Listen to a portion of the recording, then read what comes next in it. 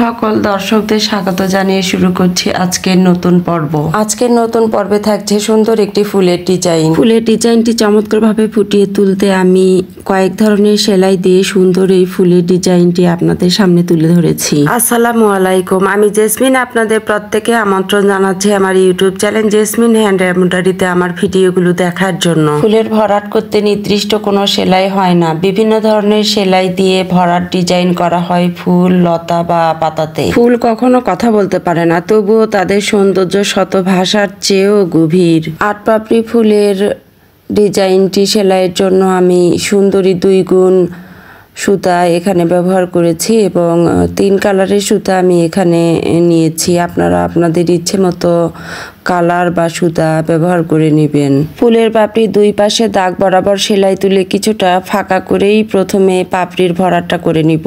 দর্শক বন্ধুরা, আপনাদের বলেছিলাম ফুল কখনো কথা বলতে পারে না, তবুও তাদের সৌন্দর্য শত ভাষার চেয়েও গভীর। সত্যিই ব্যাপারটা তাই। ফুল কথা বলতে না পারলেও শত শত মানুষের মনটা ঠিকই জয় করে নেয়। ব্যাপারটা এরকম, যিনি সেলাই করেন তার মনে যা আসে তাই তিনি সেলাই করে যান। সেটা হতে পারে ফুল, লতা, পাতা বা আরও কিছু।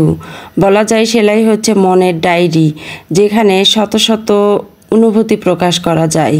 একদিনে আমিও আমার অনুভূতিগুলোর মাধ্যমে ঠিকই শত শত কোটি দর্শকের মন জয় করে ফেলবো ইনশাআল্লাহ। প্রথম পাপড়ির ভরাটটি করে ফেলেছি এবং দ্বিতীয় পাপড়ির ভরাটটাও করছি। দ্বিতীয় পাপড়ির ভরাটটি সহ সব পাপড়ির ভরাট একইভাবে করে নিব।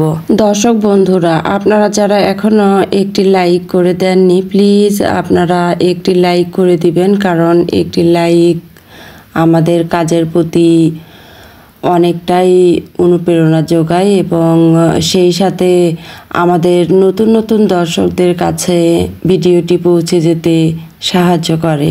তাই আপনাদের একটি লাইক খুব গুরুত্বপূর্ণ। আর যে সকল দর্শক বন্ধুরা অলরেডি করে দিয়েছেন, আপনাদের প্রতি অসংখ্য ধন্যবাদ। ফুলের মাঝের অংশটাতে ডাবল ভরাট করে নিব, অর্থাৎ উপর নিচ ভরাটটা করে নিব।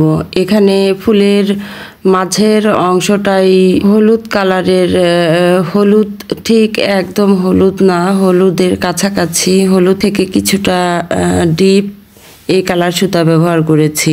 ডাবল ভরাট সেলাই করার জন্য মাঝের অংশটুকু কিছুটা উঁচু এবং পাপড়িগুলো কিছুটা নিচু হওয়ার জন্য দেখতে আরো বেশি ভালো লাগবে। খুব সহজ সেলাই, শুধু 2 পাশ থেকে সুচটা তুলে এপার ওপার করে ভরাটটা করেছি।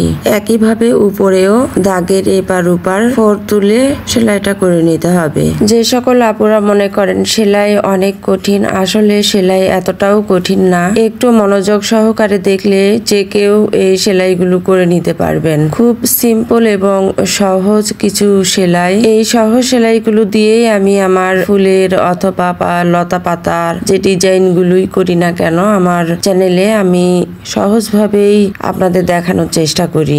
একইভাবে ফুলের সব পাপড়িগুলোর উপরেও ডাবল ভরাট সেলাই দিয়ে নিব। পাপড়ির নিচের ভরাটটা হালকা পিঙ্ক কালার দিয়েছি আর উপরে ডিপ পিঙ্ক কালার ব্যবহার করব। এতে আরো বেশি ফুটে উঠবে এবং দেখতেও খুব চমৎকার লাগবে। সেলাইগুলোর ফোর 1 সুতা বাদে বাদে করব। দর্শক বন্ধুরা, এখানটায় একটু ভালোভাবে খেয়াল করলে সহজেই বুঝতে পারবেন কিভাবে এই ফোরগুলো আমি তুলে নিচ্ছি। 1 সুতা বাদে বাদে করলে এখানেও ছোট্ট একটি পাপড়ির আকার ধারণ করবে।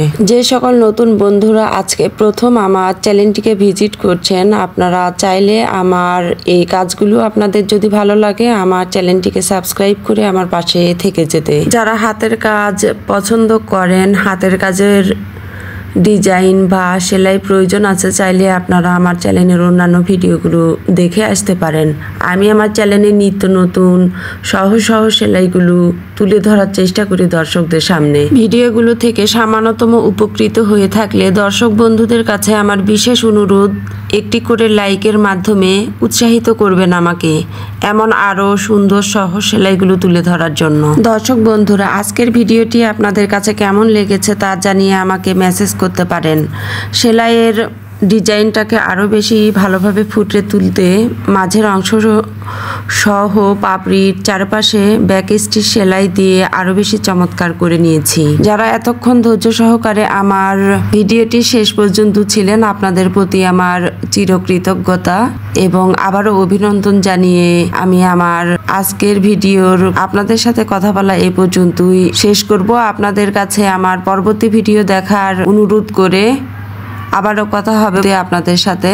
সে পর্যন্ত সবাই ভালো থাকেন, সুস্থ থাকেন এই কামনায় আপনাদের কাছে বিদায় নিচ্ছি।